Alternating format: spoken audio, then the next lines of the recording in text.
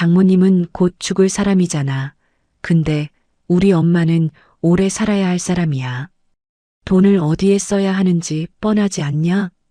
제 어머니가 암 선고를 받은 날 남편이 맥주를 따며 던진 말입니다. 수술비 3천만 원, 저 혼자 적금 깨고 밤잠 줄여가며 마련했어요. 그런데 글쎄 시어머니 치매 판정이 나오니까 이번엔 남은 적금까지 전부 내놓으래요. 거기다 시누이는 병실에서 제 머리채를 움켜잡고 흔들었고 두피에서 피가 흘러내렸습니다. 남편은 딱 한마디, 누나 그만해. 그게 전부였어요. 근데요, 저는 그날부터 조용히 준비하기 시작했습니다. 남편이 8년간 숨겨온 비밀, 시누이가 절대 들키고 싶지 않았던 것까지 전부 찾아냈거든요. 식탁 위에 그걸 꺼내놓는 순간 두 사람의 얼굴이 어떻게 변했을까요? 끝까지 통쾌하게 뒤집어 엎은 똑똑한 아내의 이야기, 지금 바로 시작합니다.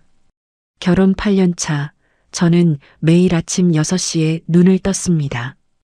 이불을 걷고 부엌으로 가서 밥을 안 치고 반찬통 2개에 도시락을 싸고 다림질판 위에 남편 박재혁의 와이셔츠를 펼쳐 놓는 것이 하루의 시작이었죠. 다리미가 셔츠 위를 지나갈 때마다 뽀드득 소리가 났고 저는 그 소리를 들으며 오늘 빠져나갈 돈들을 머릿속으로 계산했습니다. 관리비 23만 원, 공과금 12만 원, 식비 80만 원, 보험료 34만 원. 전부 제 월급 통장에서 나가는 돈이었어요. 맞벌이인데 재혁은 자기 월급 명세서를 한 번도 보여준 적이 없었습니다. 돈 관리는 네가 잘하니까 맡긴다. 재혁이 늘 하는 말이었죠. 그 한마디로 가게 전체가 제 어깨 위에 올라왔고 저는 그걸 당연하게 받아들이고 있었습니다. 우리 사이에 아이는 없었어요. 결혼 초에 시어머니 김정숙 여사가 명절마다 저를 불러 앉혔습니다. 수진아, 얼른 애를 낳아야지. 이 집안이 너한테 뭘 바라겠냐. 손주 하나만 안겨달란 거다. 그때마다 재혁은 시어머니 옆에서 숟가락질을 하며 말했죠. 엄마, 아직 준비가 안 됐어. 좀 기다려. 시간이 지나면서 그 화살은 고스란히 저한테로 돌아왔습니다. 명절 때 시누이 박재희가 부엌에서 접시를 내려놓으며 한마디씩 던졌어요. 아기도 없으면서 뭐가 그렇게 바빠? 형편이 안 되는 거야? 마음이 없는 거야? 재혁은 거실에서 TV만 보고 있었고 저는 고개를 숙인 채 설거지를 했습니다. 속에서 올라오는 말들을 전부 삼켰어요. 회사에서 같은 격리팀 동기인 민정이가 유일하게 속을 터놓을 수 있는 사람이었습니다. 점심시간마다 구내식당에서 마주 앉으면 민정이가 제 얼굴을 들여다봤어요. 수진아, 너 요즘 얼굴이 왜 이래? 잠을 못 자? 아니, 좀 피곤해서 그래. 또 시댁이지? 제가 대답을 안 하면 민정이는 젓가락을 내려놓고 제 눈을 똑바로 봤습니다. 그건 네가 참을 일이 아니야. 몇 번을 말해야 알아듣냐. 민정이 말이 맞다는 걸 저도 알았어요. 하지만 저는 어릴 때 아버지를 여의고 홀어머니 밑에서 자랐기 때문에 가정을 지키는 것에 대한 집착 같은 게 있었습니다. 한번 이룬 가정은 무슨 일이 있어도 깨면 안 된다고 믿었죠. 그래서 늘 웃으며 넘겼습니다. 그해 가을이었어요. 퇴근하고 지하철에서 내리는데 친정 어머니한테서 전화가 왔습니다. 평소와 달리 어머니 목소리가 떨리고 있었어요. 수진아, 엄마 왜? 무슨 일이야?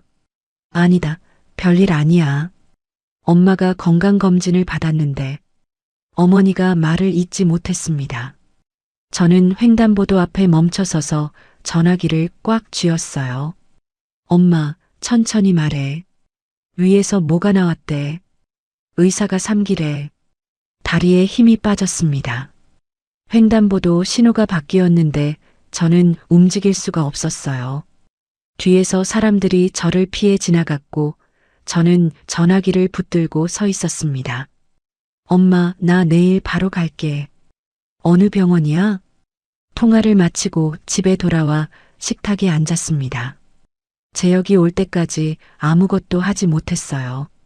어머니가 암이라는 말을 어떻게 꺼내야 할지 머릿속으로 수십 번을 고쳤습니다. 밤 11시가 넘어서야 현관문이 열렸어요.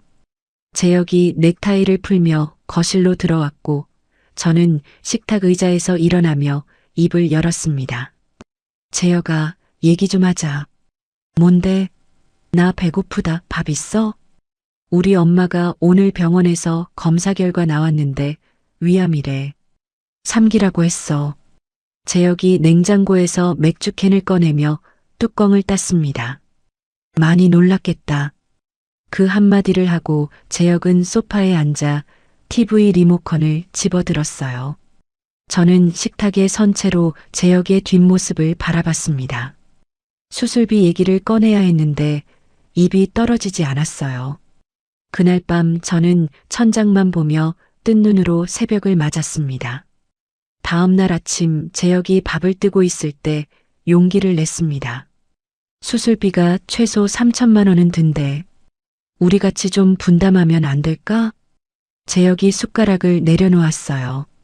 국그릇 옆에 숟가락이 부딪히는 소리가 식탁 위에서 울렸습니다. 수진아, 장모님이 64시잖아. 솔직히 그 나이에 수술해봤자 예후가 좋겠어? 그 돈이면 우리 전세 만기 자금에 보태야 해. 저는 밥그릇을 쥔 손에 힘이 들어가는 걸 느꼈어요. 이 사람의 눈에는 제 어머니의 생사가 숫자로 환산되고 있었습니다. 반박하고 싶었지만 목구멍이 막혀서 아무 말도 나오지 않았죠. 재혁이 가방을 들고 현관으로 나가며 말했습니다. 너무 무리하지 마. 나 먼저 간다. 현관문이 닫히고 저는 식탁 위에 이마를 대고 한참을 앉아 있었어요. 그 주에 저는 혼자 은행을 찾아갔습니다. 7년간 부어온 적금 통장을 창구에 내밀었어요. 은행 직원이 중도해지하시면 이자가 많이 줄어드는데 괜찮으시겠어요? 하고 물었을 때 저는 고개를 끄덕이며 1,500만 원을 해지했습니다. 부족한 금액을 채우기 위해 야근과 주말 근무를 자처했어요. 한 달간 하루에 4시간도 채 자지 못하는 날이 이어졌고 점심시간에 민정이가 제 팔을 잡았습니다. 수진아, 너 진짜 반쪽이 됐어. 거울 봤어? 괜찮아. 조금만 더 하면 돼. 민정이가 제 손등을 꽉 쥐었지만 저는 웃어 보이는 것밖에 할 수 있는 게 없었어요.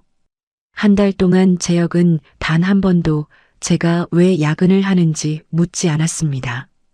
제가 주말에 출근하는 날이면 재혁은 누나 제이와 골프 연습장에 다녀오거나 시어머니 집에서 저녁을 먹었어요. 드디어 3천만 원을 마련해서 어머니 수술 일정을 잡은 날이었습니다. 병원 복도에서 어머니가 제 손을 잡았어요. 항암 치료 전인데도 어머니 손이 벌써 마른 나뭇가지처럼 가늘었습니다. 수진아, 이 돈 어디서 났냐? 혹시 서방한테 미안하지 않냐? 엄마, 재혁이도 보탰어. 걱정 마. 거짓말이었습니다. 어머니가 반찬 가게를 접고 원룸으로 옮긴 처지라 이 수술비가 오롯이 제 몫일 수밖에 없다는 현실이 가슴을 짓눌렀어요. 하지만 아픈 어머니 앞에서 그 말을 할 수는 없었습니다. 수술이 5시간 만에 끝났어요. 의사가 나와서 절제는 잘 됐습니다. 다만 추가 치료가 필요합니다 하고 설명하는 동안 수술실 방 대기실에는 저 혼자뿐이었습니다. 남편에게 보낸 문자는 짧았어요. 수술 끝났어. 2시간이 지나서야 돌아온 답장은 4글자였습니다. 수고했네. 저는 대기실 의자에 등을 기대고 천장을 올려다봤어요. 눈물이 나올 줄 알았는데 나오지 않았습니다. 어머니 수술이 끝난 지 이틀째 되는 날이었습니다. 저는 연차를 내고 어머니 회복실 곁을 지키고 있었어요. 어머니가 링거를 맞으며 잠이 든 사이 저는 보호자 의자에 앉아 어머니의 숨소리를 세고 있었습니다. 그때 재혁한테서 전화가 왔어요. 화면에 뜬 이름을 보고 받았는데 재혁의 목소리가 다급했습니다. 수진아, 엄마가 길에서 쓰러졌어. 병원에 실려갔는데 빨리 와. 뭐? 어디 병원인데? 중앙병원 신경과. 빨리 와, 제발. 저는 간병인 아주머니에게 고개를 숙였습니다. 아주머니, 죄송한데 2시간만 부탁드릴게요. 시어머니가 쓰러지셔서요. 간병인 아주머니가 손을 내저으며 걱정 말고 다녀오세요 하고 말했고 저는 가방을 들고 병원을 뛰쳐나갔어요. 택시를 타고 중앙병원 신경과에 도착하니 재혁과 제이가 진료실 앞 복도에 서 있었습니다. 재혁은 고개를 숙이고 있었고 제이는 팔짱을 낀 채 입술을 깨물고 있었어요. 제가 도착하자마자 진료실 문이 열렸습니다. 담당 의사가 화면에 사진을 띄우며 설명했어요. 보호자분들, 검사 결과를 말씀드리겠습니다. 어머님은 치매가 상당히 진행된 상태입니다. 초기를 지나서 중기로 넘어가는 단계예요. 앞으로는 24시간 누군가 곁에서 돌봐드려야 합니다. 재혁이 의자 팔걸이를 움켜쥐었습니다. 제이가 손등으로 눈밑을 훔치며 의사에게 물었어요. 그러면 집에서는 못 모신다는 거예요? 혼자 두시면 위험합니다. 가스불을 켜놓고 잊어버리시거나 밖에 나가서 길을 잃으실 수도 있어요. 전문 시설을 알아보시는 게 좋겠습니다. 진료실을 나오는데 지난 몇 달간 시어머니가 같은 반찬을 2번 사오고 가스불 끄는 걸 깜빡하던 일들이 떠올랐습니다. 그게 이미 전조였다는 걸 저는 그제야 깨달았어요. 병원 로비 커피숍에 셋이 앉았습니다. 재혁이 아메리카노를 한 모금 마시고 컵을 내려놓더니 저를 똑바로 봤어요. 수진아, 누나는 이혼하고 혼자 사는 형편이라 돈이 없어. 내 월급도 빠듯하고 내 적금 있잖아. 그거 전부 깨서 엄마 간병비랑 요양비용에 넣자. 저는 커피잔을 내려놓으며 또박또박 말했습니다. 그 적금은 내 이름으로 된 내 돈이야. 이미 절반은 우리 엄마 수술비로 썼어. 제 말이 끝나기도 전에 제이가 테이블을 손바닥으로 내리쳤어요. 커피잔이 흔들리며 접시 위에서 달그락 소리를 냈습니다. 시어머니 병수발은 며느리 돌이 아니야? 적금이 그렇게 아까워? 내 친정어머니야 연세가 있으니 어쩔 수 없다 치지만 우리 엄마는 오래 사실 수 있는 병이라고. 카페 안에 있던 사람들이 일제히 고개를 돌렸습니다. 저는 시선을 느끼면서도 제이의 눈을 피하지 않았어요. 형님은 시어머니 재산에서 전세금 받아 살고 계시면서 간병비에는 한 푼도 안 내실 건가요? 제이의 표정이 굳었습니다. 입술이 실룩거리더니 손가락으로 테이블을 톡톡 두드리며 말했어요. 그건 엄마가 내 사정을 봐서 해주신 거야. 네가 상관할 일이 아니라고. 저는 재혁을 봤습니다. 재혁은 한마디도 거들지 않은 채 빈 커피잔만 손으로 돌리고 있었어요. 그 손가락이 천천히 원을 그리는 걸 보면서 저는 이 사람이 아내 편도 누나 편도 아닌 그냥 아무 편도 아닌 사람이라는 걸 느꼈습니다. 그날 밤 집에 돌아와 거실 식탁에 마주 앉았어요. 재혁이 먼저 입을 열었는데 처음으로 목소리를 높이고 있었습니다. 수진아, 냉정하게 생각해봐. 장모님은 솔직히 암 삼기면 얼마 못 사실 수도 있잖아. 근데 우리 엄마는 치매야. 10년, 20년을 봐야 하는 병이라고. 길게 보면 엄마 쪽에 돈을 넣는 게 맞지 않아? 저는 식탁 위에 올려놓은 2 손이 떨리는 걸 느꼈습니다. 그 말이 하나하나 제 어머니의 생명에 유통기한을 붙이는 것 같았어요. 시어머니 간병은 형제가 나눠야 할 문제야. 며느리 적금을 깨는 게 순서가 아니잖아. 누나 형편이 안 되니까 우리가 더 내는 게 당연하잖아. 우리가 아니라 내 돈으로 내라는 거잖아. 당신은 지금까지 이 집에 생활비를 얼마나 넣었는데? 재혁이 입을 다물었습니다. 시계 초침 소리가 거실에 울렸고 대화는 새벽 1시가 넘도록 같은 자리를 맴돌다가 결론 없이 끝났어요. 다음 날 점심시간 저는 민정이를 붙잡고 사무실 밖 계단으로 나갔습니다. 계단 난간에 기대어 어젯밤 얘기를 전부 쏟아냈어요.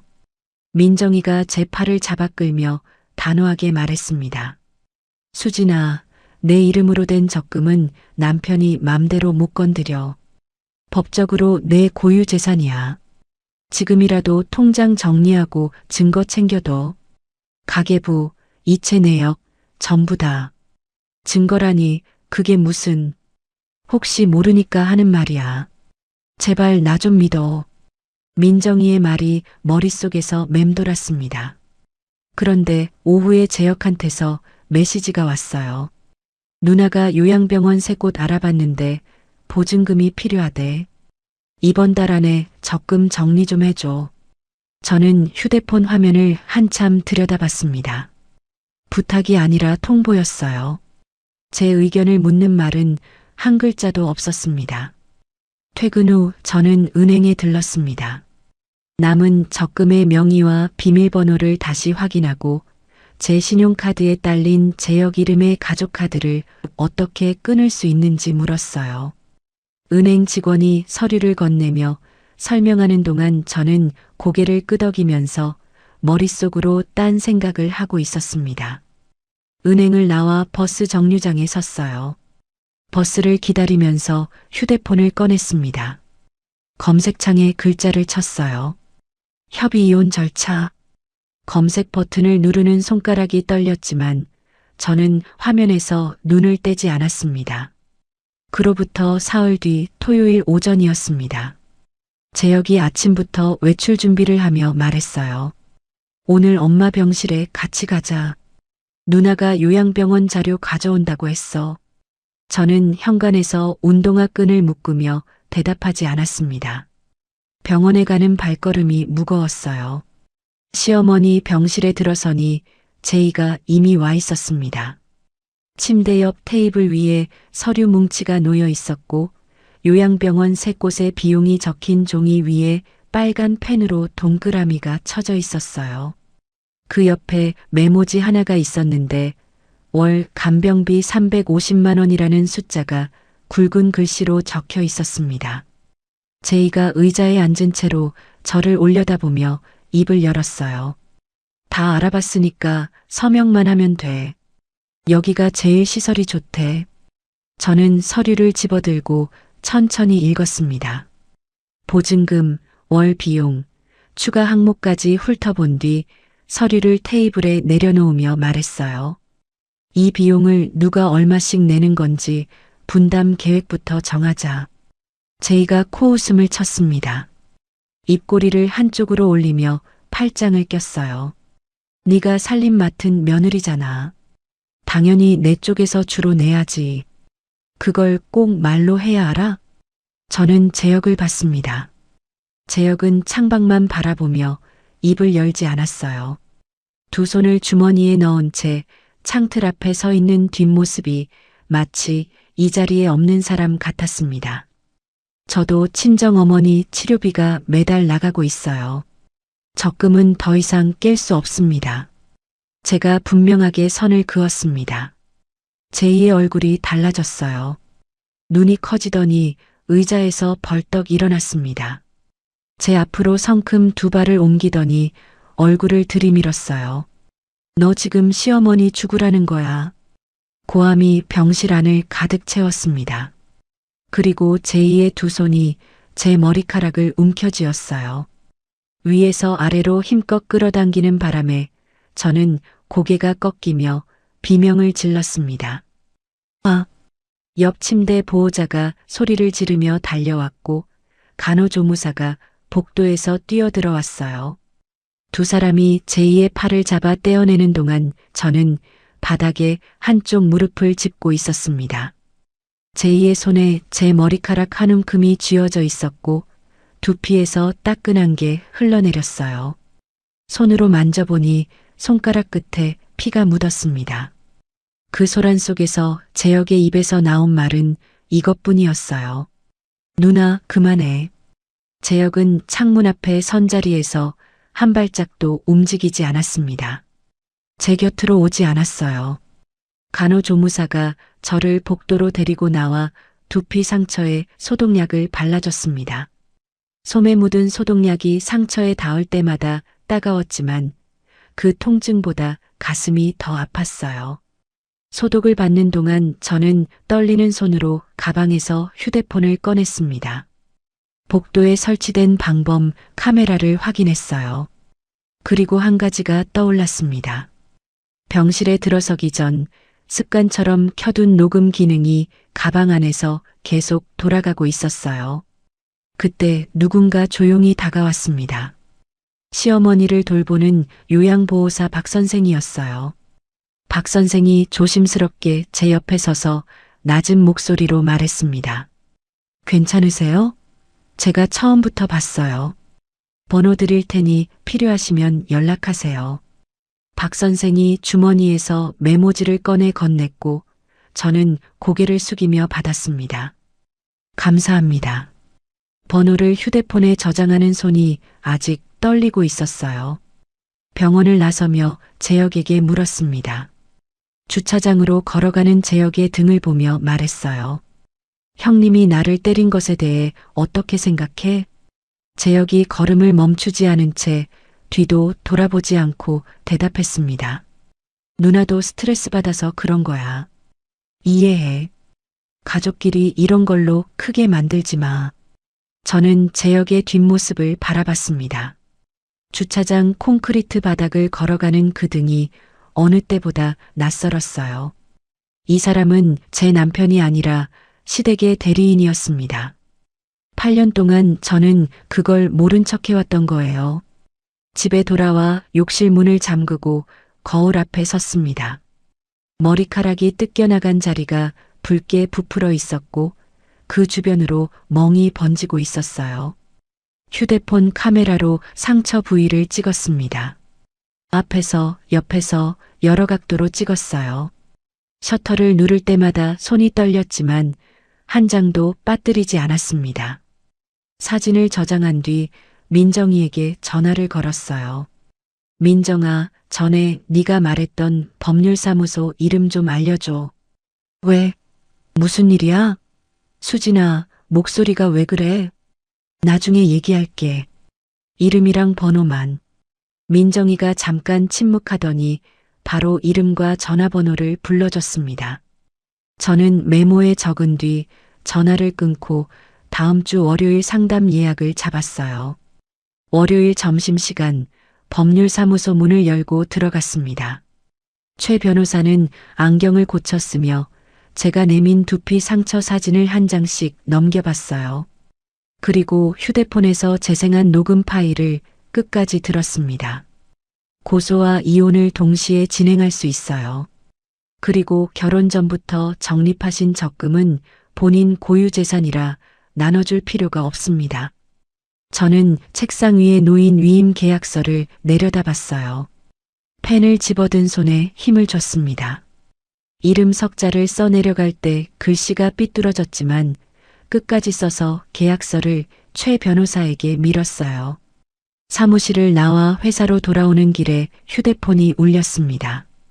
재혁이 보낸 메시지였어요. 누나가 찾은 요양병원에 이번 주 내로 보증금 넣어야 한대. 적금 해지 서류 좀 준비해놔. 저는 메시지를 캡처해서 최 변호사에게 보냈습니다. 재혁에게는 답장하지 않았어요. 그날 밤 재혁이 거실 소파에 앉아 저를 불렀습니다. 왜 답장을 안 했어? 낮에 메시지 봤잖아. 저는 안방 문 앞에 서서 재혁의 눈을 똑바로 봤습니다. 더 이상 대답할 것 없어. 재혁의 입이 벌어졌다가 다물어졌어요. 저는 몸을 돌려 안방으로 들어가 문을 닫았습니다. 다음 날 아침 재혁이 현관문을 닫고 나가는 소리를 확인한 뒤 저는 바로 움직였습니다. 식탁에 앉아 휴대폰을 들고 카드사 고객센터에 전화를 걸었어요. 네, 본인 확인되셨습니다. 무엇을 도와드릴까요? 제 신용카드에 딸린 가족카드요. 박재혁 이름으로 된 거 2장 다 정지해 주세요. 정지 사유를 여쭤봐도 될까요? 개인 사정입니다. 전화를 끊고 바로 은행 앱을 열었습니다. 제 월급 통장에서 매달 빠져나가던 재혁 이름의 보험료 자동이체를 해지했어요. 화면에 해지 완료라는 글자가 떴을 때 손가락 끝이 차가웠지만 머릿속은 오히려 맑아졌습니다. 그 다음 서랍에서 가계부를 꺼냈어요.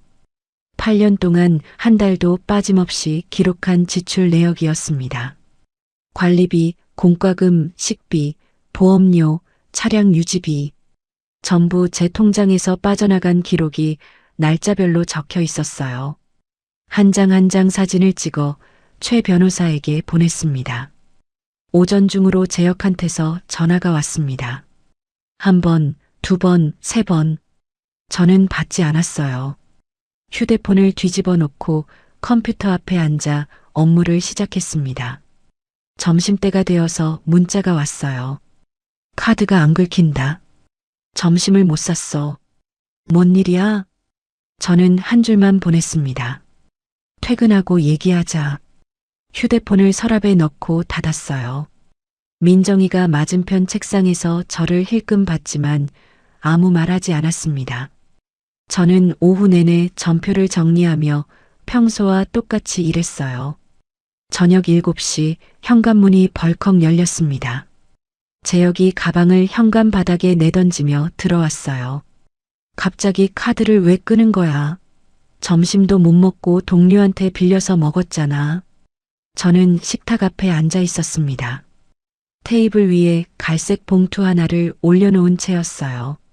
재혁의 고함에도 자리에서 일어나지 않았습니다. 봉투를 재혁 쪽으로 밀었어요.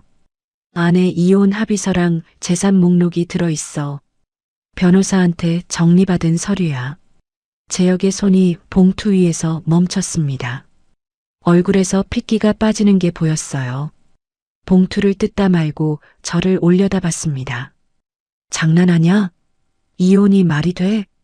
재혁이 봉투에서 서류를 반쯤 꺼내더니 식탁 아래로 던져버렸어요. 종이가 바닥에 흩어졌습니다. 저는 의자에서 일어나 바닥에 무릎을 꿇고 서류를 한 장씩 주었어요. 구겨진 부분을 손바닥으로 펴서 다시 순서대로 맞춘 뒤 재혁의 손에 쥐어줬습니다. 장난이 아니라 통보야. 목소리가 흔들리지 않도록 입술에 힘을 줬어요. 등을 돌리는 제 다리가 떨리고 있었지만 재혁에게 보이지 않도록 식탁 너머로 걸어갔습니다. 재혁이 전화기를 꺼내 누군가에게 전화를 걸었어요. 30분쯤 지났을 때 현관 비밀번호 누르는 소리가 났습니다. 제이가 들어왔어요. 코트도 벗지 않은 채 거실로 성큼 걸어와 식탁 위에 서류를 집어들더니 눈을 크게 떴습니다. 미쳤구나. 시어머니가 치매인데 도망가겠다고? 제이가 서류를 식탁에 내려치고 제 앞으로 다가왔어요. 손가락을 세워 제 이마를 밀었습니다. 저는 한 발 뒤로 물러서며 제이의 손목을 눈으로 따라갔어요. 다시 손대시면 바로 경찰에 신고합니다. 지난번 병원에서 있었던 일 녹음 파일이랑 사진 다 있어요. 제이의 손이 허공에서 멈췄습니다. 치켜 올린 손가락이 천천히 내려왔어요. 거실에 정적이 흘렀습니다. 재혁이 소파에서 몸을 일으키며 말했어요. 녹음이 뭐야? 가족 사이에 그런 짓까지 했어? 저는 재혁을 똑바로 봤습니다. 가족이라면서 내 머리채를 잡은 사람한테 먼저 그 말해. 재혁이 입을 벌렸다가 다물었어요. 고개를 떨구고 아무 대꾸도 하지 못했습니다. 제이가 두 주먹을 쥔 채 한 발짝 물러서며 다그쳤어요. 어머니 간병비는 어쩔 건데? 네가 나가면 누가 내? 저는 가방에서 서류 한 장을 꺼냈습니다. 미리 출력해 놓은 시어머니 이름으로 된 부동산 등기 서류 사본이었어요. 식탁 위에 펼쳐 놓았습니다. 여기 보세요. 2년 전에 시어머니 이름으로 된 빌라가 형님 이름으로 넘어갔어요. 제2의 얼굴이 돌처럼 굳었습니다. 눈동자가 서류 위에 글씨를 따라 움직이는 게 보였어요. 형님이 시어머니 재산에서 빌라를 이미 가져가셨으니 간병비는 그 빌라를 파시든 대출을 받으시든 본인이 해결하시면 됩니다. 제이가 서류를 손으로 내리누르며 소리쳤어요. 그건 엄마가 준 거야. 엄마가. 그때 재혁이 소파에서 몸을 앞으로 기울이며 제이를 봤습니다. 눈이 커져 있었어요. 누나, 그 빌라 엄마가 넘긴 거야? 나는 처음 듣는데. 제이의 입술이 떨렸습니다. 재혁과 제이 사이에 금이 가는 순간이었어요. 제이가 고개를 돌려 현관 쪽을 보더니 가방을 낚아챘습니다. 나중에 보자. 현관문을 박차고 나가는 소리가 복도까지 울렸어요. 재혁이 소파에 등을 기대며 두 손으로 얼굴을 감쌌습니다. 시간 좀 줘. 생각할 게 많아. 저는 거실에 선 채로 재혁을 내려다봤어요. 나는 8년을 기다렸어. 더 줄 시간은 없어. 안방으로 들어가 문을 잠갔습니다. 옷장에서 여행용 캐리어를 꺼내 침대 위에 올렸어요. 서랍에서 옷을 꺼내 차곡차곡 넣고 통장과 서류 파일, 어머니 병원 서류까지 빠짐없이 챙겼습니다. 캐리어 지퍼를 닫을 때 드르륵 소리가 방 안을 채웠어요. 그 소리가 거실까지 들렸을 텐데 재혁은 아무런 반응이 없었습니다. 저는 캐리어 손잡이를 쥐고 잠긴 문 너머 거실 쪽을 바라봤어요. 아무 소리도 들리지 않는 그 침묵이 이 결혼의 마지막 풍경이라는 걸 알았습니다. 다음 날 이른 아침, 저는 캐리어를 끌고 아파트를 나섰습니다. 엘리베이터 안에서 캐리어 바퀴가 바닥에 부딪히는 소리가 울렸어요. 뒤돌아보지 않았습니다. 어머니가 사시는 원룸까지 버스로 40분이 걸렸어요. 초인종을 눌렀더니 안에서 발소리가 느리게 다가왔습니다. 문이 열리자 어머니가 서 계셨어요. 치료 때문에 볼이 파이고 눈밑이 거무스름했지만 눈은 또렷했습니다. 어머니가 제 뒤에 선 캐리어를 보고 입이 벌어졌어요. 수진아, 이게 뭐냐? 엄마, 나 이혼하려고요. 어머니가 한 발 뒤로 물러섰습니다. 현관 벽에 손을 짚고 한참 저를 바라봤어요. 아무 말 없이 제 팔을 잡아 안으로 끌어들이더니 등을 쓸어주기 시작했습니다. 어머니 손바닥이 등 위를 천천히 오르내렸어요. 내가 참으라고 한 게 너를 이렇게 만들었구나. 미안하다. 저는 눈물이 터질 것 같아서 입술을 깨물었습니다. 아픈 어머니에게 짐이 되는 것 같아 괜히 왔나 싶었어요. 어머니가 제 어깨를 잡고 눈을 맞추며 말했습니다. 여기가 내 집이야. 이리 와. 어머니가 제 손을 잡고 좁은 원룸 안으로 이끌었어요. 싱크대 옆에 놓인 작은 밥상 위에 어머니가 아침에 드시던 죽 그릇이 있었고 어머니는 바로 냄비를 꺼내 저한테도 죽을 끓여줬습니다. 나흘이 지났을 때 재혁한테서 메시지가 왔어요. 나도 좀 흥분했다. 다시 들어와서 얘기하자. 저는 그 메시지를 캡처해서 최 변호사에게 보냈어요. 최 변호사가 재혁에게 공식 통보를 보냈습니다. 앞으로 모든 연락은 변호사를 통해 해달라는 내용이었죠. 재혁이 합의 이혼에 응하지 않았기 때문에 최 변호사는 가정법원에 이혼 조정 신청서를 넣었어요. 동시에 법원을 통해 재혁의 재산을 조회해달라고 신청했습니다. 저는 그 절차를 기다리면서 어머니와 함께 지냈어요. 어머니의 세 번째 치료에 같이 갔습니다. 치료실 앞 의자에 나란히 앉아 어머니 차례를 기다리면서 저는 어머니의 마른 손을 잡고 있었어요. 엄마, 많이 힘들어요? 힘든 건 내가 참으면 되는데 네가 이렇게 된 게 더 속상하다. 저 때문에 속상해하지 마세요. 저 잘 먹고 잘 자요. 어머니가 제 손등을 토닥이며 웃었습니다. 입꼬리가 올라갔지만 눈가에 주름이 깊게 파였어요.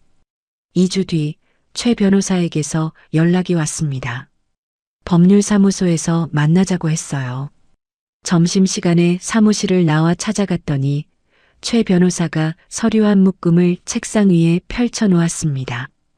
재산조회 결과가 나왔어요. 최 변호사가 안경 너머로 저를 봤어요. 남편분 이름으로 된 증권 계좌가 있는데 거기서 여러 차례 투자를 했다가 크게 잃은 내역이 나왔어요. 거기에 카드 대출이랑 소액 대출까지 합치면 빚이 약 4천만 원입니다. 저는 서류 위에 찍힌 숫자들을 내려다봤습니다. 글씨가 눈에 들어오지 않았어요. 4천만 원이요? 네. 매달 월급을 증권 계좌로 옮긴 이유가 투자 손실을 메우기 위한 거였어요. 새로 빌려서 잃은 걸 막고 또 빌려서 막고 그걸 반복한 거죠. 서류를 쥔 제 손에서 힘이 빠졌습니다. 분노보다 허탈함이 먼저 밀려왔어요. 8년 동안 제가 번 돈으로 집안 살림을 전부 돌린 이유가 재혁이 돈을 안 내서가 아니라 낼 돈이 없었기 때문이라는 뜻이었습니다. 이 가정은 처음부터 제 월급 위에 서 있었고 재혁은 그 아래서 빚을 쌓고 있었던 거예요. 최 변호사가 서류를 정리하며 말했습니다. 이혼 조정에서 아주 유리한 자료입니다. 추가로 확인된 게 있으면 바로 연락드릴게요. 최 변호사 사무실을 나오면서 한 가지가 떠올랐습니다. 제가 집을 나오던 날 아침 가계부를 식탁 위에 두고 왔어요. 8년 동안 한 달도 빠짐없이 기록한 지출 내역이 들어있는 가계부였습니다. 관리비, 공과금, 보험료, 식비, 차량 유지비 전부 제 통장에서 빠져나간 기록이 날짜별로 적혀 있었죠. 재혁이 그걸 봤을 거예요. 가족카드도 정지된 상태에서 자기 통장을 들여다봤을 테고요. 그제야 이 집이 누구 돈으로 돌아갔는지 알았겠죠. 한편 제이한테도 움직임이 있었어요. 최 변호사가 제이를 상대로 병원 폭행건 고소장을 접수하자 제이에게서 제 휴대폰으로 직접 전화가 왔습니다. 야, 한수진. 고소 취하 안 하면 가만 안 둔다. 저는 전화기를 귀에서 떼지 않고 말했어요. 통화 녹음 중입니다. 전화가 뚝 끊겼습니다. 그 뒤로 제이는 제게 직접 연락하지 못했어요. 고소장이 접수되고 경찰 조사가 진행됐습니다. 제이가 며느리가 먼저 시비를 걸었다고 주장했지만 병원 복도 카메라 영상에 제이가 제 머리채를 잡아 끄는 장면이 선명하게 찍혀 있었어요. 제이의 주장은 설 자리를 잃었습니다. 그날 저녁 어머니의 원룸에서 치료 후 식은땀을 닦아드리고 있었어요. 수건을 적셔 어머니 이마를 닦는데 어머니가 눈을 감은 채 제 손목을 잡았습니다. 수진아. 네, 엄마. 이혼 끝나면 너 다시 일어설 수 있겠지? 저는 수건을 짜는 손을 멈추고 어머니 얼굴을 봤어요. 눈을 감고 계셨지만 입꼬리가 살짝 떨리고 있었습니다. 엄마, 걱정 마세요. 어머니가 제 손목을 놓지 않은 채 말했어요. 넌 이미 일어서고 있잖아. 저는 대답 대신 수건을 다시 적셔 어머니 목 뒤를 닦아드렸습니다. 창밖으로 가로등 불빛이 원룸 안까지 길게 들어오고 있었어요. 이혼 조정 기일이 잡히기 2주 전이었습니다. 최 변호사에게서 전화가 왔어요. 한수진 씨, 자료 정리하다가 추가로 확인된 게 있어요. 한번 만나서 얘기합시다. 점심시간에 법률사무소로 갔더니 최 변호사가 등기 서류 2장을 나란히 펼쳐놓고 있었습니다. 시어머니 이름으로 된 부동산이 빌라 한 채만이 아니었어요. 소형 상가 한 곳도 박재희 씨 이름으로 넘어가 있었습니다. 저는 서류 위에 찍힌 날짜를 손가락으로 짚었어요. 이 날짜면 시어머니한테 이미 증상이 있었을 때 아닌가요? 최 변호사가 고개를 끄덕였습니다. 맞아요. 2건 다 시어머니가 병원에서 머리가 많이 나빠졌다는 소견을 받은 시점 이후에 넘어간 거예요. 도장을 찍을 능력이 없는 상태에서 넘긴 거라면 이 거래 자체가 효력이 없다고 주장할 수 있습니다. 최 변호사가 안경을 벗고 렌즈를 닦으며 말을 이었어요. 시어머니의 병원 기록을 조회해 봤는데 도장을 찍기 전에 이미 신경과에서 머리가 많이 안 좋다는 진단을 받은 상태였어요. 이건 박재희 씨가 시어머니의 판단력이 흐려진 틈을 탄 거라고 볼 여지가 충분합니다. 저는 서류를 내려다보며 입술을 깨물었습니다. 시어머니가 아무것도 모르는 상태에서 도장을 찍었을 모습이 떠올랐어요. 이 사실을 재혁에게도 변호사를 통해 알렸습니다. 최 변호사가 통화 내용을 전해줬어요. 남편분이 누나가 그랬을 리가 없다고 하셨는데 목소리에 힘이 없었어요. 본인도 반은 알고 있었던 것 같습니다. 며칠 뒤 뜻밖의 곳에서 연락이 왔어요. 시어머니를 돌보는 요양보호사 박 선생이었습니다. 병원에서 번호를 교환했던 그분이 전화를 걸어왔어요. 수진 씨, 전화 드려도 되는 건지 모르겠는데 말씀드릴 게 있어서요. 네, 괜찮아요. 무슨 일이세요? 어머님이 가끔 머리가 맑아지실 때가 있거든요. 그때마다 자꾸 같은 말씀을 하세요. 박 선생의 목소리가 조심스러워졌어요. 수진이한테 미안하다. 제이가 서류에 도장 찍으라고 해서 찍었다. 이 말씀을 계속 반복하세요. 혹시 무슨 사정이 있는 건지. 수화기를 쥔 손에 힘이 들어갔습니다. 시어머니 입에서 그런 말이 나오고 있다는 게 믿기지 않았어요. 박 선생님, 부탁 하나만 드려도 될까요? 네, 말씀하세요.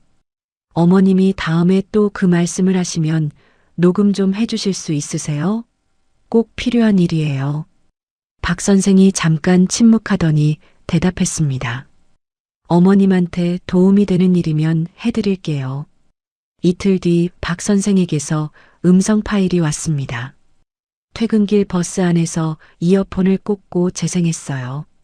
처음에는 웅웅거리는 소리만 들리다가 시어머니의 목소리가 또렷하게 잡혔습니다. 제이가 빌라 넘기라고 했어. 안 하면 요양원 보내버린다고 했어. 수진아, 미안해. 목소리가 갈라지면서도 한마디 한마디가 분명했어요. 저는 버스 창밖을 바라보며 이어폰을 귀에서 빼지 못했습니다. 시어머니가 저한테 미안하다고 했어요.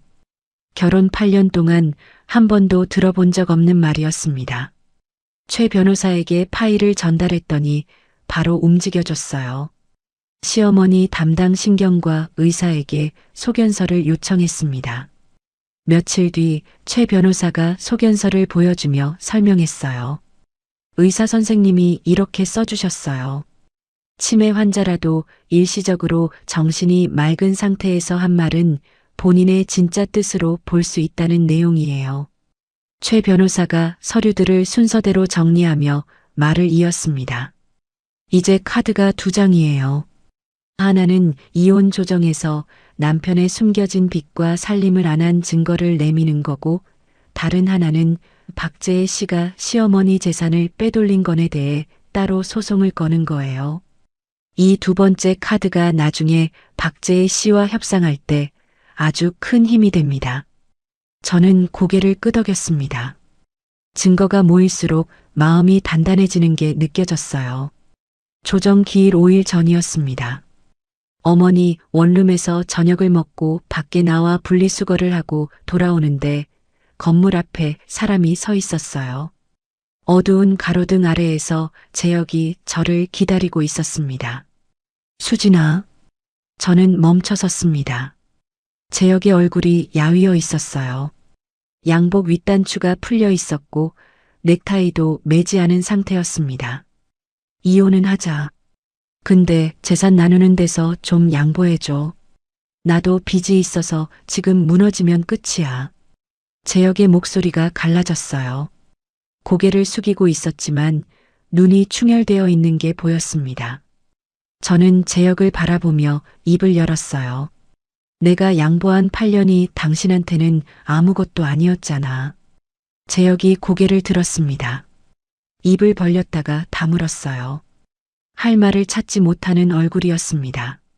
저는 재혁을 지나쳐 건물 안으로 들어갔어요. 현관 비밀번호를 새 번호로 바꾸고 문을 닫았습니다. 이틀 뒤 최 변호사에게서 연락이 왔어요. 재혁 씨 쪽 변호사한테서 연락이 왔는데 조정 안 거치고 서로 합의해서 이혼하는 쪽으로 바꾸고 싶다고 합니다. 갑자기 왜요? 조정 과정에서 본인 빚이랑 살림 안 한 게 전부 드러나는 게 싫은 거예요. 공개되면 체면이 안 서니까요. 저는 잠깐 생각했습니다. 조정으로 가면 받아낼 수 있는 게 더 있을 수도 있었어요. 하지만 이 결혼에 하루라도 더 묶여 있고 싶지 않았습니다. 오래 끌고 싶지 않아요. 조건만 제대로 맞으면 합의로 가겠습니다. 최 변호사가 알겠다고 대답했어요. 전화를 끊고 휴대폰을 내려놓았을 때 어머니가 부엌에서 보리차를 따라 갖고 오셨습니다. 다 잘 되는 거냐? 네, 엄마. 거의 끝나가요. 어머니가 보리차 잔을 제 앞에 놓으며 제 머리카락을 쓸어 올려줬어요. 제이한테 뜯긴 자리에 새 머리카락이 조금씩 나고 있었습니다. 조정 신청을 취하하고 합의 이혼 절차가 시작됐습니다. 양쪽 변호사가 조건을 조율해서 서류를 교환하는 자리가 잡힌 날, 저는 최 변호사와 나란히 법원 근처 카페에 앉았어요. 재혁이 맞은편에 앉았습니다. 양복을 차려입었지만 면도를 제대로 하지 않아서 턱 아래로 수염이 거뭇거뭇 나 있었어요. 재혁 옆에 앉은 변호사가 서류를 꺼내 테이블 위에 펼치는 동안 재혁의 손끝이 미세하게 떨리고 있었습니다. 재혁은 그 손을 무릎 위에 내려놓고 꽉 쥐었어요. 최 변호사가 합의서를 읽었습니다. 제 고유 재산은 전액 보전하고 전세 보증금 중 제 의뢰인의 기여분을 70%로 인정하며 위자료는 1,500만 원입니다. 재혁 쪽 변호사가 펜을 들며 입을 열었어요. 위자료 금액이 좀 과하지 않습니까? 조정 전환 의사까지 밝힌 상황인데 이 금액은 재고할 여지가. 최 변호사가 가방에서 서류 묶음을 꺼내 테이블 위에 놓았습니다. 병원 카메라 영상 캡처 사진, 두피 상처 사진, 녹음 파일 목록, 재혁의 빈 내역서가 한 장씩 펼쳐졌어요. 신우이의 폭행 증거, 남편의 현장 방관 정황, 그리고 결혼 기간 중 숨겨온 빚 4천만 원 내역입니다. 위자료 금액에 대해 더 말씀하실 게 있으시면 하세요. 재혁 쪽 변호사가 서류를 한 장씩 넘겨보더니 재혁에게 고개를 돌렸어요. 작은 목소리로 뭔가를 말했고 재혁이 고개를 떨궜습니다. 재혁 쪽 변호사가 펜을 내려놓으며 말했어요. 수용하겠습니다. 양쪽이 합의서에 서명을 했습니다. 제가 이름을 쓸 때 펜촉이 종이 위에서 사각사각 소리를 냈어요. 마지막 획을 긋고 펜을 놓았을 때 손바닥에 땀이 배어 있었습니다. 자리에서 일어나 카페를 나서는데 뒤에서 재혁의 목소리가 들렸어요. 수진아. 저는 걸음을 멈췄습니다. 하지만 돌아보지 않았어요. 미안하다. 8년 동안 단 한 번도 들어본 적 없는 말이었습니다. 그 말이 등 뒤에서 떨어졌는데 오히려 현실감이 없었어요. 저는 카페 문을 밀고 밖으로 나갔습니다. 가정법원에 합의 이혼 신청서를 냈어요. 아이가 없었기 때문에 생각할 시간은 1개월로 정해졌습니다. 저는 그 한 달을 어머니 곁에서 보냈어요. 어머니의 4번째 치료에 같이 갔고 치료가 끝나면 택시를 타고 집으로 돌아와 어머니가 잠들 때까지 곁에 있었습니다. 생각할 시간으로 정해진 1개월의 중간쯤에 제이에게서 문자가 왔어요. 폭행건 합의 좀 하자. 내가 선을 넘은 건 인정한다. 저는 그 문자를 캡처해서 최 변호사에게 보냈습니다. 최 변호사와 전화로 상의했어요. 박재혜 씨가 합의를 원한다면 조건을 걸죠. 시어머니 이름으로 된 빌라하고 상가를 원래대로 돌려놓는데 동의하면 폭행건 합의에 응하겠다고요. 그 조건이면 제이 씨가 받아들일까요? 안 받아들이면 소송으로 가면 돼요. 그쪽이 더 불리합니다. 최 변호사가 제이 쪽에 조건을 전달했어요. 바로 다음날 제이에게서 최 변호사한테 전화가 왔다고 합니다. 빌라까지 내놓으라고? 말도 안 돼. 최 변호사가 전한 제이의 첫 반응이었어요. 하지만 최 변호사가 한마디를 더 했습니다. 소송으로 가시면 시어머니가 머리가 안 좋은 상태에서 도장을 찍게 된 과정이 전부 법정에 나옵니다. 경우에 따라 서류를 꾸민 혐의까지 검토될 수 있어요. 3일 만에 제이가 수락 의사를 밝혔습니다. 제이가 빌라와 상가를 시어머니 이름으로 돌려놓는 절차에 동의했어요. 시어머니 이름으로 된 재산이 원래대로 돌아오면서 그 재산을 담보로 요양병원비를 충당할 수 있는 길이 열렸습니다. 최 변호사가 전화로 말했어요. 시어머니 간병 문제는 이제 그 집안에서 자체적으로 해결할 수 있게 됐습니다. 한수진 씨가 짊어질 부담은 더 이상 없어요. 전화를 끊고 저는 거실 바닥에 주저앉았습니다. 어깨 위에 올려져 있던 무거운 것이 내려가는 느낌이었어요. 한참을 그 자리에 앉아 있었습니다. 1개월이 지나고 법원에서 최종 이혼 확인이 이뤄진 날이었습니다. 법원 건물 계단을 내려오면서 저는 왼손 약지를 내려다봤어요. 반지를 빼서 핸드백 안주머니에 넣었습니다. 반지가 빠진 자리에 하얀 자국이 남아 있었어요. 8년간 햇빛을 받지 못한 피부가 유독 하얗게 드러나 있었습니다. 저는 그 자국을 한참 바라봤어요. 법원 앞에서 택시를 잡았습니다. 어머니 원룸으로 가는 길에 민정이한테서 메시지가 왔어요. 다 끝났어? 저는 택시 뒷좌석에 앉아 답장을 쳤습니다. 끝났어. 고마워. 창밖으로 거리가 스쳐 지나갔어요. 같은 길인데 오가는 사람들 표정이 전과 다르게 보였습니다. 원룸 문을 열자 김이 올라오는 냄비 앞에 어머니가 서 계셨어요. 미역국 냄새가 좁은 방 안에 가득 퍼져 있었습니다. 엄마, 오늘이 무슨 날이라고 미역국이에요? 어머니가 국자를 내려놓고 저를 돌아봤어요. 네가 다시 태어난 날이다. 저는 식탁 앞에 앉았습니다. 김이 모락모락 오르는 국그릇 앞에서 숟가락을 들었어요. 누구 눈치도 보지 않고 숟가락을 입에 넣었습니다. 미역국이 목을 타고 내려갈 때 8년 만에 처음으로 밥을 먹는 것 같았어요. 이혼이 끝나고 6개월이 지났습니다. 저는 어머니 원룸 근처에 작은 아파트 전세 계약을 마치고 짐을 풀었어요. 이삿짐이라고 해봤자 캐리어 하나와 택배 상자 4개가 전부였습니다. 텅 빈 거실에 서서 둘러봤어요. 가구도 없고 커튼도 없는 방이 넓어 보였습니다. 아무것도 없는데 답답하지 않았어요. 오히려 이 빈 공간이 제 것이라는 사실이 가슴을 트이게 했습니다. 어머니에게 드릴 방에 먼저 커튼을 달았어요. 의자 위에 올라가 커튼봉을 끼우는데 창문으로 오후 햇빛이 쏟아져 들어왔습니다. 커튼을 치자 방 안에 부드러운 그늘이 내려앉았어요. 어머니가 이 방에서 낮잠을 주무시면 좋겠다고 생각했습니다. 어머니의 5번째 치료가 끝난 뒤였어요. 담당 의사가 검사 결과를 보면서 말했습니다. 수치가 안정되고 있어요.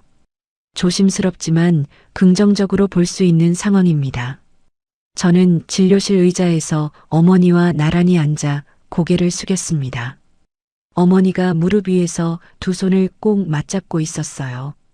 저도 제 무릎 위에서 같은 모양으로 손을 맞잡았습니다. 둘 다 아무 말 없이 숨을 내쉬었어요. 진료실을 나오며 어머니가 복도에서 제 팔을 잡았습니다. 수진아, 의사 선생님이 좋다고 했지? 네, 엄마. 좋다고 했어요. 그럼 됐다. 어머니가 제 팔을 꼭 쥐고 병원 로비를 걸어 나갔어요. 어머니의 걸음이 치료 전보다 힘이 있었습니다. 회사에서는 김 팀장이 저를 따로 불렀어요. 팀장실 문을 닫고 맞은편 의자에 앉으라고 하더니 커피를 한 잔 건네며 입을 열었습니다.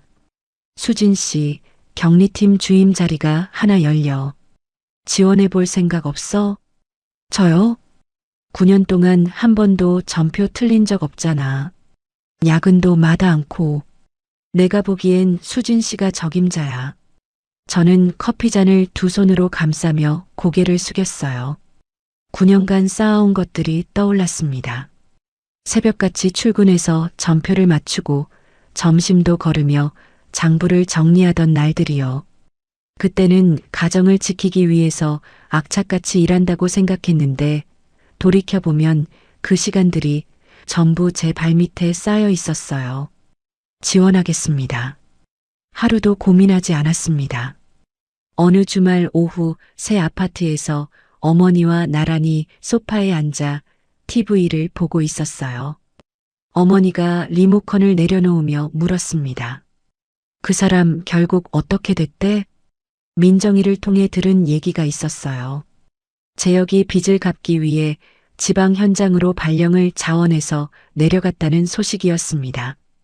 알아서 하겠죠. 저는 짧게 대답하고 TV 화면을 봤어요. 어머니도 더 묻지 않았습니다. 최 변호사가 전해준 소식도 있었어요.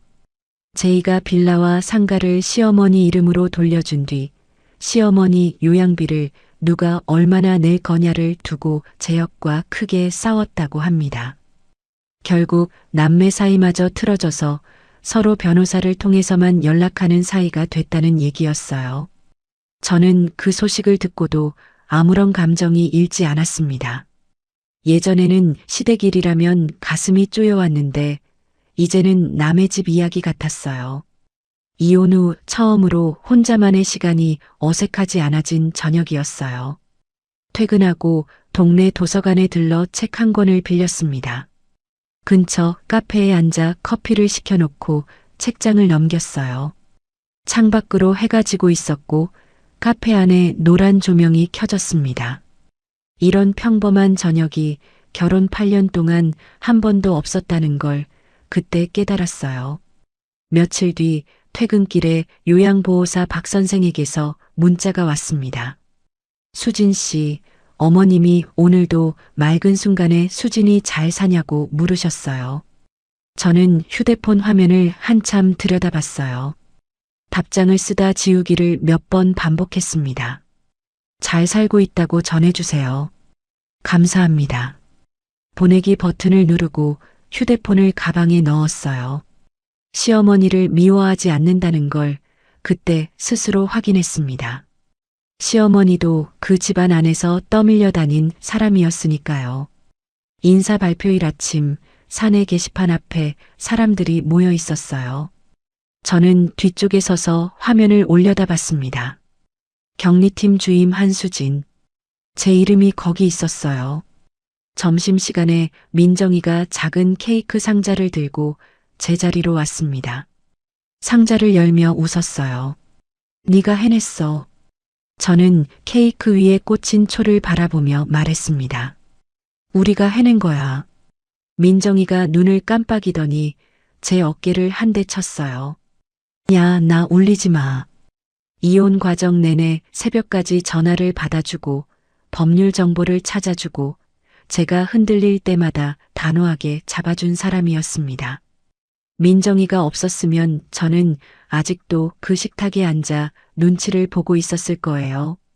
그날 밤 새 아파트 베란다에 서서 도시의 불빛을 내려다봤습니다.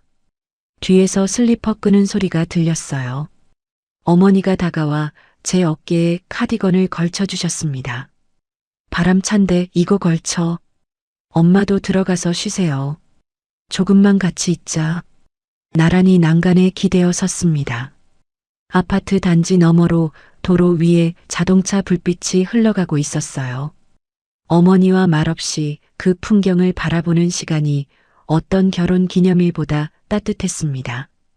어머니가 안으로 들어간 뒤 저는 베란다에 남아 휴대폰 메모장을 열었어요. 내일 해야 할 일을 적기 시작했습니다. 어머니 6번째 치료 예약 확인, 새 아파트 전입신고, 적금 다시 들기. 세 줄을 적고 목록을 내려다봤어요. 거기에는 누군가의 눈치를 보며 적는 항목이 하나도 없었습니다. 제역에 와이셔츠를 다려야 한다는 줄도, 시댁에 전화해야 한다는 줄도, 가족카드 사용 내역을 확인해야 한다는 줄도 없었어요. 메모장을 닫고 휴대폰을 주머니에 넣었습니다. 베란다 위로 밤바람이 불어왔어요. 내일이 기다려지는 밤이었습니다. 시청자 여러분, 저는 이 이야기를 끝까지 들어주신 분들께 한 가지만 말씀드리고 싶습니다. 수진 씨는 8년 동안 잘못한 게 하나도 없었어요. 다만 한 가지, 자기 자신한테만 너무 인색했습니다. 남편한테, 시댁한테, 가정이라는 이름 아래 전부 내어주면서 정작 본인한테는 아무것도 남겨두지 않았거든요. 혹시 지금 이 이야기를 들으면서 가슴이 뜨끔하신 분이 계실까요? 나는 충분히 잘하고 있는데 왜 이렇게 힘들지? 이런 생각이 드셨다면 한번 돌아봐 주세요. 내가 잘못해서 힘든 게 아니라 받아야 할 사람이 안 갚고 있는 겁니다. 해줄수록 고마워하는 사람이 있고 해줄수록 더 달라는 사람이 있어요. 그 차이를 알아채는 순간이 내 인생을 지키는 첫걸음입니다. 수진 씨는 늦었지만 그 걸음을 떼었고 결국 자기 자리를 되찾았습니다. 오늘 이야기가 마음에 남으셨다면 좋아요와 구독 부탁드려요. 여러분의 응원이 다음 이야기를 만드는 힘이 됩니다. 감사합니다.